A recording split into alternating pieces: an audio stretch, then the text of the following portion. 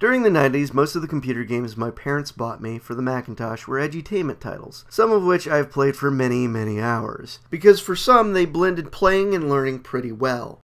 When I received Elroy Goes Bugzerk, I think I was hooked by its interactive cartoon style.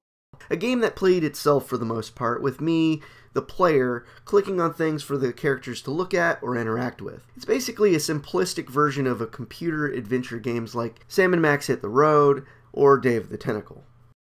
Headbone Interactive released Elroy Goes Bugzerk in 1995 for Mac and PC, a company focused on making animated, interactive, educational entertainment games for kids. This game was the first of two main games with Elroy in it, with a smaller game called Elroy's Costume Closet being a smaller title. The story starts off with Elroy getting frustrated about the fact he might lose his Insectathon trophy this year, because he couldn't find a good enough bug for the competition. Much to his dismay, his rival Gordon Smug sends him an email to gloat. But his hopes for going to the Insectathon are soon squashed by his parents, who drop him off at his step-family's farm. Soon after being dropped off and being told the don'ts of the farm, Blue, Elroy's dog, eats Aunt May's birthday cake, and without an egg to help replace it, Elroy goes into a depression that is soon broken when he sees the bug to be all bugs, the Technoloptera. With a chicken and an amazing bug in view, what will Elroy do now? Fix the ruined cake or chase after the Technoloptera? We need an egg. He wants the bug. I want the bug. What'll I do, Blue? What'll we do? The game plays as a simplistic point-and-click adventure, with the majority of things revolving around clicking on stuff and seeing what happens. This is an edutainment game, a game meant to teach as well as entertain. Yeah. Relax, Blue. Cockroaches spend half their time cleaning themselves. They're a lot cleaner than flies. You'll never convince me. As the title of the game suggests, the main focus is on bugs and learning about them, meaning there will be moments where it'll test your knowledge that you might have gained while moving through the game. Most come in the form of quizzes, but others, like the cake-making puzzle, are about choosing the right objects for the job. While moving through the game, there are several paths to choose from. Some will eventually put you on the main path, or could lead to game overs. Either you went the wrong way, answered a wrong question, or went somewhere you shouldn't have. You will hit the game over screen and have to either start from the beginning or start from a save file. The issue with saving though is that you have to save and quit in order to make these checkpoints. Sometimes entering the game again through the save will submit you to the same cutscene you watched before you could save. But the game isn't too long, so it's not that huge of a problem. More of an annoyance since you can't skip scenes you've already watched. I suggest you save when you get to a quiz or a part where something needs to be done, so that if you made a bad decision, you can always restart from that point.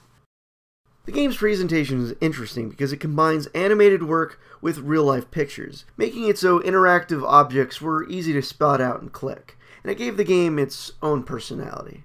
Also, the narration from Blue at parts makes the experience more entertaining, due to the fact that Blue's voice is older and kind of reminds me of a noir detective narrating his case. How are we ever going to match that, Blue? No one had ever beaten a Hercules beetle in the Insectathon before, and the best thing Elroy had so far was a singing Egyptian cockroach, which are a dime a dozen in this city. We better get down to that alley right away. Sounded good to me. I like alley work. In fact, alley work is right up my alley.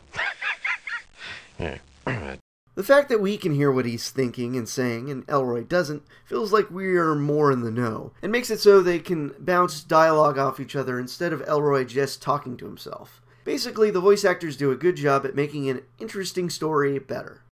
On the sound effects side, they go so cartoony I swear I've heard a few of these in a sound bank, but they work for the aesthetic that the game is going for.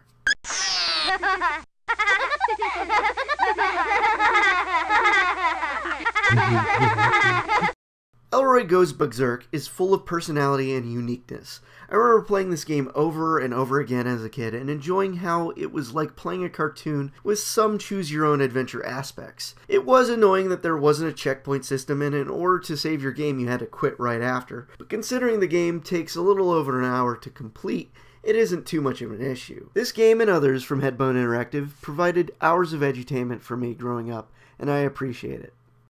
Elroy Goes Bugzerk can be found online for under $10. At the time of this posting, I saw the cheapest was at $5.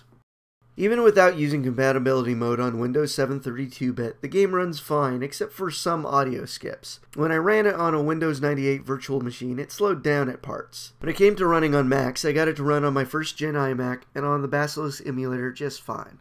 Elroy Goes Berserk was emulated using Basilisk for Windows. Click the links in the description if you're interested in the game shown or using a pre-OS X emulator for Mac or PC. And feel free to message me if you have any questions. Thanks for watching. Any comments, likes, or dislikes on this video, or any of my other videos would be appreciated. My reviews for Space Junkie and Cyberpunk Bartender Action Valhalla can be checked out by clicking the annotations on this video. And if you want to get in contact with me, message me on YouTube or Twitter.